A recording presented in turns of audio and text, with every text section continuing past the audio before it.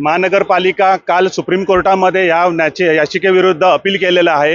यांना उतरळीकरांचं आणि टॅक्स पेअरचं, इकडे सर्व टॅक्स पेअर आहेत, कांजूर भांडूप मुलुंडपर्यंत हा सगळा दुर्गंधी पसरत आहे, रोगराईने लोक त्रस्त आहेत आणि याच्यातून शासनाचं आणखी महानगरपालिकेचं लक्ष वेधण्यासाठी आज हे एक दिवसीय लाक्षणिक उपोषण या ठिकाणी चालू आहे।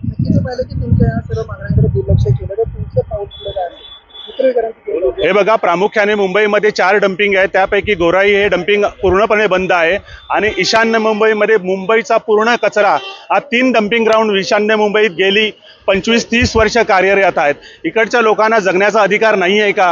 हे शासनाला कधी जाग येईल? आणि ही जाग आणण्यासाठीच दिनांक 28/11/2015 रोजी सुद्धा अशाच प्रकारचं या ठिकाणी आंदोलन करण्यात आलं होतं आणि त्यावेळी डम्पिंग ग्राउंडवर सुद्धा समस्त विक्रोळीकरांनी मोर्चा नेला होता।